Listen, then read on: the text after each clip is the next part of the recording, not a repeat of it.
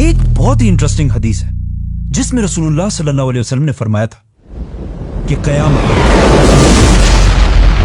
तब तक नहीं आएगी जब तक तुम मुसलमान ऐसे लोगों से नहीं लड़ोगे जिनकी शक्लें बिल्कुल रेड लाल होंगी, उनके नाक बिल्कुल फ्लैट होंगे, उनकी छोटी छोटी आंखें होंगी और चेहरे बिल्कुल शील्ड्स की तरह फ्लैट होंगे और जिनके जूते बालों से बने होंगे।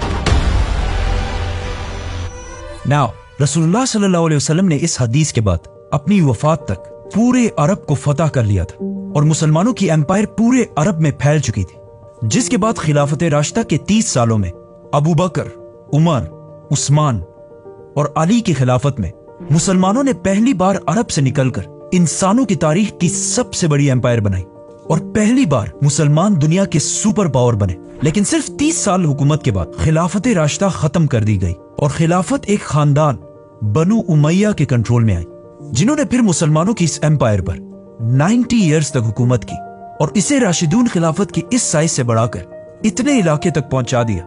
उमैया खिलाफत ने इतने बड़े इलाके को तो फतह कर लिया था, लेकिन बनु उमैया की खिलाफत में एक बहुत बड़ा मसला था कि यह खिलाफत सिर्फ और सिर्फ अरबों की थी, जिसमें नॉन अरब लोगों की कोई हैसियत नहीं थी। इस हद तक अरब कि इतनी बड़ी एम्पायर के बावजूद अरब हमेशा इस पूरी एम्पायर में बाकी अवाम से बहुत कम मिलते थे और किसी नॉन अरब को अरब से शादी करना इम्पॉसिबल था और बनु उमैया की गवर्नमेंट में सारे पोस्ट सिर्फ अरबों के पास थे। ये उसी तरह था जिस तरह आज यूएई और सऊदी में पाकिस्तानियों और इंडियंस को ट्रीट किया जाता है। इस सब से तंग आकर उमैया खिलाफत के खिलाफ उनके मुल्क के अंदर से ही बगावत हुई और एक और खानदान अब्बासियों ने खिलाफत संभाली, जो रसूलुल्लाह सल्लल्लाहु अलैहि वसल्लम के चचा हजरत अब्बास रज़ियल्लाहु तआला अन्हु की औलाद थे। अब अब्बासियों के टाइम पर ही मुसलमानों की ताकत अपनी पीक तक पहुंची, जिसे वेस्ट में इस्लामिक गोल्डन एज के नाम से जाना जाता है, जब बगदाद अब्बासी खिलाफत का कैपिटल दुनिया की सबसे ताकतवर सिटी थी।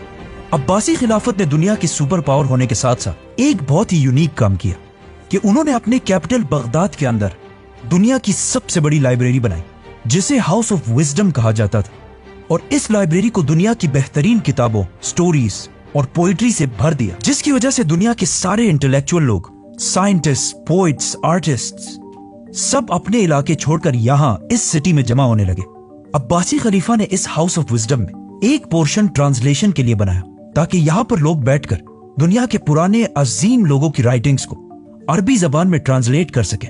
और जब ये ट्रांसलेशन शुरू हुई तो आहिस्ता आहिस्ता अरबी जबान दुनिया की सबसे ताकतवर जबान बनने लगी, जिस तरह आज इंग्लिश जबान है।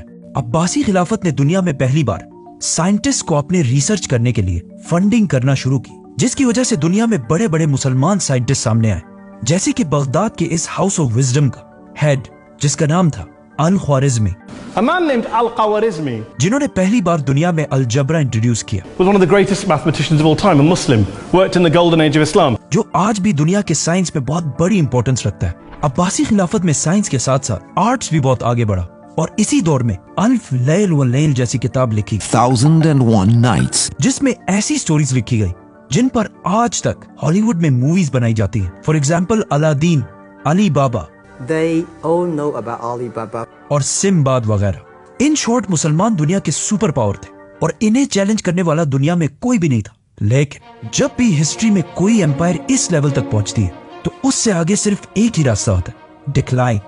हुआ यूं कि अब्बासियों से पहले उमैया खिलाफत एज वी नो के सिर्फ अरबों की खिलाफत थी, लेकिन अब्बासी खिलाफत उमैया से बिल्कुल ऑपोजिट थी। मतलब इस खिलाफत के दौर में एम्पायर के हर कोने से लोग गवर्नमेंट में शामिल थे, पर्शियंस, टर्क्स, ग्रीक सब।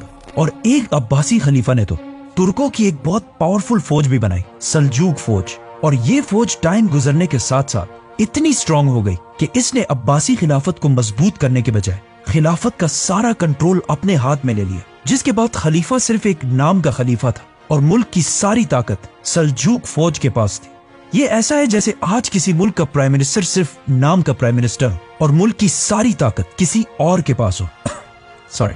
सल्जूक फौज के कंट्रोल के बाद इसी फौज की वजह से आहिस्ता आहिस्ता अब्बासी खिलाफत कमजोर होती गई और उनकी इस इतनी बड़ी एम्पायर में हर तरफ बगावतें स्टार्ट होने लगी, जिससे आखिर ये इतनी बड़ी एम्पायर छोटे छोटे हिस्सों में डिवाइड हो गई, जिसकी वजह से मुसलमानों के हाथ से पहली बार फलस्तीन छीन लिया गया। इस सब से बहुत साल पहले पहली खिलाफत में जब हजरत उमर रज़ियल्लाहु तआला अन्हु इन सारे इलाकों को फतह कर रहे थे तो उन्होंने क्रिश्चियंस की सबसे होली सिटी जेरूसलम को भी फतह कर लिया था। उसके बाद अगले 450 साल तक किसी की भी हिम्मत नहीं हुई थी कि वो फलस्तीन मुसलमानों से ले सके। लेकिन जब अब्बासी खिलाफत कमजोर हो गई और मुसलमान बहुत छोटे हिस्सों में डिवाइड हो गए, तो इस टाइम का यूरोप के क्रिश्चियंस ने फुल फायदा उठाया और यरूशलेम फलस्तीन को मुसलमानों के हाथ से छुड़ाने के लिए एक बहुत बड़ी जंग स्टार्ट की, the crusades, the mightiest battle between Christianity and Islam. और आखिर 1099 में उन्होंने फलस्तीन और जेरूसलम फतह करने के बाद हजारों मुसलमानों, बच्चे, औरतें, बूढ़ों को शहीद कर दिया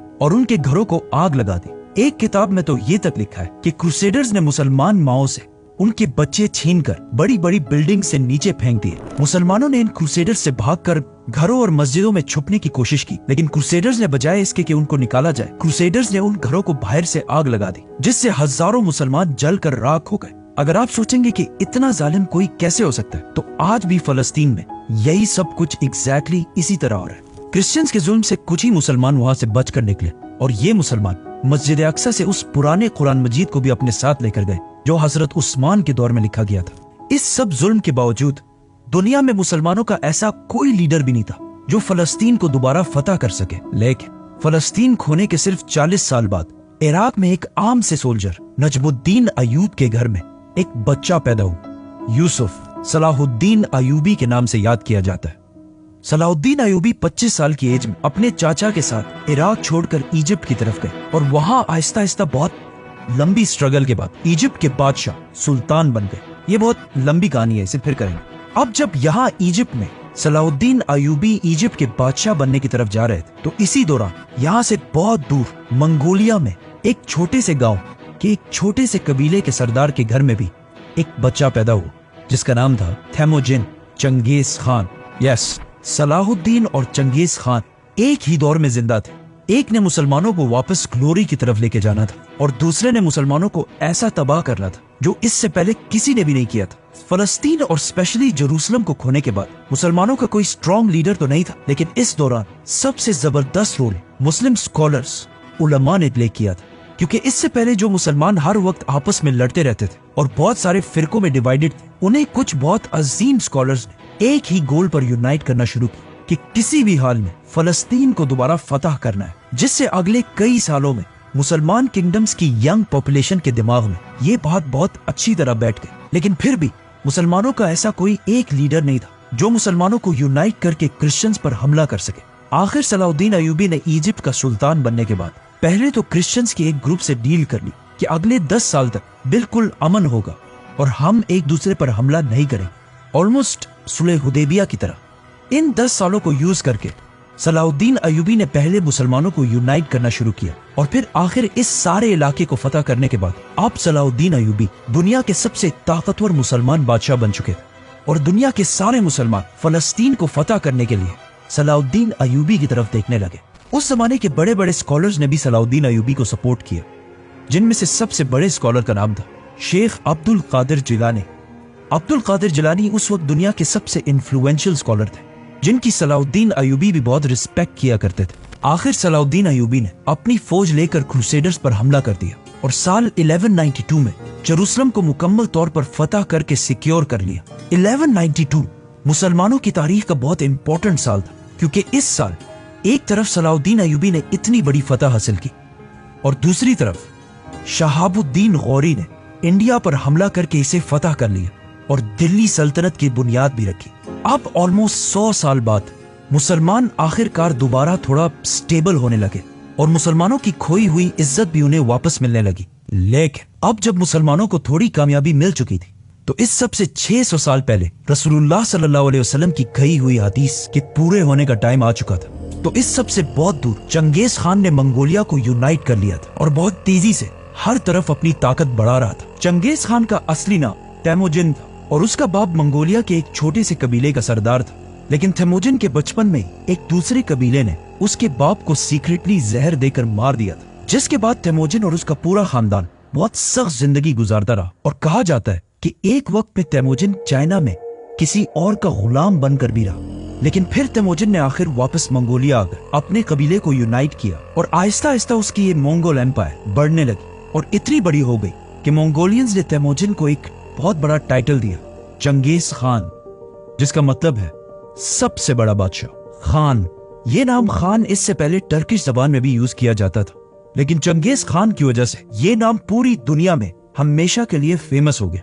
मतलब कुछ सर्वेस के मुताबिक आज दुनिया में 2.5 करोड़ लोग ऐसे हैं जिनके नाम में खान आता है, जैसे कि शाहरुख खान, आमिर खान और of course Imran Khan. Mongolia को आज भी अगर देखा जाए तो एक बहुत ही गरीब और आम सा मुल्क है, और उस जमाने में तो इससे भी बहुत ज्यादा कमजोर था। इसीलिए चंगेज खान के इस एम्पायर के बनने के बाद भी मंगोलिया के नेबर चाइना ने इसे सीरियसली नहीं लिया, क्योंकि आने वाले कुछ ही सालों में चंगेज खान ने चाइना की कैपिटल बीजिंग को फतह कर लिया, और पहली बार लोगों ने देखा कि चंगेज खान कितना जालिम है। और उसके जुल्म की कहानियां तो हम सब ने सुनी है कि वो लोगों के सर काटकर उसके पिरामिड्स बनाया करता था। लेकिन ये जुल्म चंगेज खान का कोई शौक नहीं था, इस जुल्म से उसे बहुत बड़ा फायदा था। मतलब उसने अपनी पूरी फौज को 10 आदमियों के ग्रुप्स में डिवाइड किया, और फिर 10 से 100, और फिर 100 से 1000, और 1000 से 10,000 के ग्रुप्स। नाउ चंगेज खान ने अपनी आर्मी के लिए एक रूल बनाया था कि हर 10 लोगों के ग्रुप में अगर एक बंदा भी जंग छोड़कर भाग जाएगा तो उसके ग्रुप के बाकी 9 लोगों के सर काट दिए जाएंगे, जिससे चंगेज खान की आर्मी के सोल्जर्स एक दूसरे को जंग से भागने ही नहीं देते थे, और जो भी भागने की कोशिश करता था उसे उसकी आर्मी खुद ही मार देती थी। इसके अलावा चंगेज खान ने जस्टिस का एक ऐसा सिस्टम बनाया कि अगर कोई भी इस एम्पायर में किसी दूसरे का घोड़ा चोरी करे और पकड़ा जाए, उसे उस एक घोड़े के बदले 10 घोड़े वापस करने होंगे, और अगर वो वापस ना कर सका तो सिर्फ उसे नहीं, उसके पूरे खानदान, बच्चे, बीवी, माँ बाप सबको मार दिया जाएगा। इस तरह चंगेज खान की ये जालिम एम्पायर बहुत तेजी से फैलने लगी, और आखिर मुसलमानों की एक एम्पायर ख्वारिज्म से टकरा गई। पहले तो चंगेज खान का कोई इरादा नहीं था कि वो मुसलमानों से जंग करे, इसीलिए उसने ख्वारिज्म के बादशाह की तरफ दोस्ती का पैगाम लेकर एक डेलीगेशन भेजा। लेकिन ख्वारिज्म के बादशाह ने उन सारे लोगों को गिरफ्तार कर लिया, जिसकी वजह से उन्हें रिहा करने के लिए चंगेज खान ने अपने एम्बेसडर को बादशाह की तरफ भेजा, लेकिन बादशाह ने उस एम्बेसडर का सर काट दिया। अब ये बहुत बड़ी बात, एम्बेसडर या मैसेंजर को कत्ल करना इस्लाम में और दुनिया के हर कानून में बहुत बड़ा जुर्म है। जब मंगोलिया में चंगेज खान को इसका पता चला तो उसे बहुत गुस्सा आया, और अब उसकी इज्जत का सवाल भी था, तो उसने अपनी सबसे बड़ी फौज 1 लाख की फौज लेकर ख्वारिज्म की तरफ रवाना हुआ, और यहाँ मुसलमानों और मंगोल्स के दरमियान अगले 100 साल की जंग शुरू हुई। चंगेज खान ने बहुत तेजी से ख्वारिज्म की इस पूरी एम्पायर को खत्म कर दिया, और हर सिटी को फतह करने के बाद वहां की सारी पॉपुलेशन के सर काट दिए, और फिर उनके पिरामिड्स बनाए, ताकि पूरी दुनिया को पता चल जाए कि चंगेज खान से फड्डा लेना कोई आसान काम नहीं है। चंगेज खान के हमले से पहले ख्वारिज्म एम्पायर, जिसमें आज अफगानिस्तान, उज्बेकिस्तान, ताजिकिस्तान जैसे इलाके हैं, इनकी आबादी 2 मिलियन 20 लाख के करीब थी, और चंगेज खान के हमले के बाद अब यहाँ की आबादी सिर्फ 2 लाख रह गई थी। मतलब चंगेज खान ने 18 लाख मुसलमानों को शहीद किया था। इन इलाकों को फतह करने के बाद एक दिन चंगेज खान ने सारे मुसलमानों को एक मस्जिद में जमा किया, और फिर खुद मिंबर पर चढ़ा और सारे मुसलमानों से कहा कि मैं तुम्हारे रब की तरफ से तुम पर अजाब बनाकर भेजा गया। इसके बाद मंगोलियन एम्पायर और भी बढ़ती गई, और ऊपर रशिया को भी फतह कर लिया। लेकिन उसी दौरान मंगोलिया में चंगेज खान फौत हो, और अपने बाद अपने बेटे उगुदाई को सबका बादशाह बनाया, और अपनी पूरी एम्पायर को अपने बेटों में डिवाइड कर दी। लेकिन चंगेज खान के जाने के बाद भी मंगोल एम्पायर हर तरफ फैलती गई, और आखिर बहुत साल बाद चंगेज खान के पोते हलाकू खान ने एक और बहुत बड़ी फौज तैयार की, और उसे लेकर बगदाद अब्बासी खिलाफत के कैपिटल की तरफ बढ़ने लगा, जो उस वक्त दुनिया की सबसे बड़ी और सबसे पावरफुल सिटी थी। अब चाहिए तो ये था कि उस वक्त के मुसलमान यूनाइट होकर मंगोल से लड़ते, लेकिन उस वक्त के मुसलमान इतने फिरकों में डिवाइड हो चुके थे कि मंगोल एम्पायर से लड़ने से ज्यादा वो एक दूसरे से डिबेट्स और मुनाजरों में ज्यादा इंटरेस्टेड थे। हलाकू खान ने हर तरफ से बगदाद को घेर लिया, और फिर आखिर 1258 बगदाद को मुसलमानों से छीन लिया और मुसलमानों के खलीफा को कत्ल कर दिया, जिसके बाद अब्बासी खिलाफत 500 साल तक हुकूमत करने के बाद हमेशा के लिए खत्म। बगदाद फतह करने के बाद हलाकू खान की फौज ने इतना खून बहाया कि कहा जाता है कि बगदाद में दरियाए फुरात का कलर मुसलमानों की खून की वजह से कई दिन तक बिल्कुल रेड, और रेड कलर के बाद यूफ्रेटिस रिवर का कलर ब्लैक हो गया, क्योंकि हलाकू खान ने बगदाद के हाउस ऑफ विजडम, जो दुनिया की सबसे बड़ी लाइब्रेरी थी, उसके सारे किताब जलाकर राख कर दिए और उन्हें दरिया में फेंक दिया, जिसकी वजह से दरियाए फुरात का कलर कई महीने तक बिल्कुल ब्लैक था। हिस्ट्री में मुसलमानों पर इतना सख्त टाइम कभी भी नहीं आया कि सिर्फ मुसलमानों को नहीं बल्कि इस्लाम की सबसे होली साइट्स को भी खतरा हो, क्योंकि अब्बासी खिलाफत को खत्म करने के बाद अब मंगोलों के सामने सिर्फ एक और सल्तनत थी, ममलूक सल्तनत। और अगर ये इसे भी हरा देते तो मक्का और मदीना का कंट्रोल भी मंगोल्स के पास चला जाता, तो वो 100% मक्का में काबा को गिरा देते। बट ऐसा नहीं हुआ। जब मंगोल्स बगदाद फतह करके आगे बढ़े तो ये देखकर इजिप्ट के ममलूक सुल्तान ने अपने जनरल बेबर्स के साथ मंगोलों से लड़ने का फैसला किया। सुल्तान को सबने समझाने की कोशिश की कि मंगोलों से लड़ना इम्पॉसिबल काम है, क्योंकि उस जमाने के लोगों और कुछ बड़े बड़े स्कॉलर्स ने भी ये कह दिया था कि ये मंगोल ही असल में याजूज माजूज और बस इसके कुछ ही अरसे बाद कयामत आने वाली, तो इनसे जीतना नामुमकिन है। लेकिन फिर भी सुल्तान और उसका जनरल बेबर्स मंगोलों के खिलाफ एक फौज जमा करने लगे। अब इसी दौरान मंगोलिया में हलाकू खान का भाई, जो उस वक्त पूरे मंगोल एम्पायर का बादशाह था, मार दिया गया। तो हलाकू खान मजबूरन अपनी बड़ी फौज लेकर वहां से वापस चला गया और एक छोटी फौज को यहाँ पर छोड़ा। और आखिर फलस्तीन में एन जालूत के मकाम पर मंगोल्स और मुसलमानों की फौज आमने सामने हुई। ये एन जालूत इलाका फलस्तीन में है और इसे एन जालूत इसलिए कहा जाता है क्योंकि यहूदियों के मुताबिक ये वही एग्जैक्ट जगह है जहाँ पर इससे हजारों साल पहले दाऊद अलैहिस्सलाम ने एक बहुत बड़े वॉरियर जालूत को हराया था। और अगेन अब हजारों साल बाद यहाँ एग्जैक्टली ऐसा ही हुआ कि कमजोर मुसलमानों ने पहली बार द ग्रेट मंगोल एम्पायर को बहुत बुरी तरह हरा दिया और मंगोल एम्पायर की एक्सपेंशन को हमेशा के लिए रोक दिया। मतलब ये जंग हारने के बाद मंगोल एम्पायर कभी भी इससे आगे नहीं बढ़ी। ये थी मंगोल्स और मुसलमानों की जंग, जिसका इससे बहुत साल पहले रसूलुल्लाह सल्लल्लाहु अलैहि वसल्लम ने पहले ही बता दिया था, जो आखिर एन जालूत की जंग के साथ खत्म हो गई। लेकिन फिर भी मुस्लिम दुनिया के एक बहुत बड़े हिस्से पर मंगोल्स का कंट्रोल था और उन्हें दुनिया में कोई भी चैलेंज नहीं कर सकता। लेकिन फिर आहिस्ता आहिस्ता यही मंगोल यहाँ के रिलीजन इस्लाम को स्टडी करने लगे और आखिर इतना इम्प्रेस हुए कि सारा मंगोल खानदान जो इन इलाकों में आबाद था मुसलमान हो गया और ये सारे इलाके दोबारा इस्लाम के कंट्रोल में है। अगर आप चंगेज खान की औलाद के सारे नाम देखें तो पहले इन सारों के नाम बिल्कुल मंगोल नाम, जैसे कि ओगोदाय, जोची, हलागू। लेकिन आहिस्ता आहिस्ता इनके नाम मंगोल से मुसलमान नाम होने लगे, जैसे कि मोहम्मद, तैमूर, यूनुस और बाबर। क्योंकि इंडिया पर बहुत साल हुकूमत करने वाली मुगल एम्पायर इसी चंगेज खान की औलाद में से थी। हजरत उमर और चंगेज खान में एक बात कॉमन है कि इन्होंने अपने जमाने की सबसे बड़ी और सबसे ताकतवर एम्पायर्स बनाए थे। लेकिन इन दोनों एम्पायर्स में एक बहुत बड़ा डिफरेंस है कि आज चंगेज खान को सिर्फ एक जालिम के तौर पर याद किया जाता है, लेकिन हजरत उमर को पूरी दुनिया एक ग्रेट लीडर मानती है। सब्सक्राइब।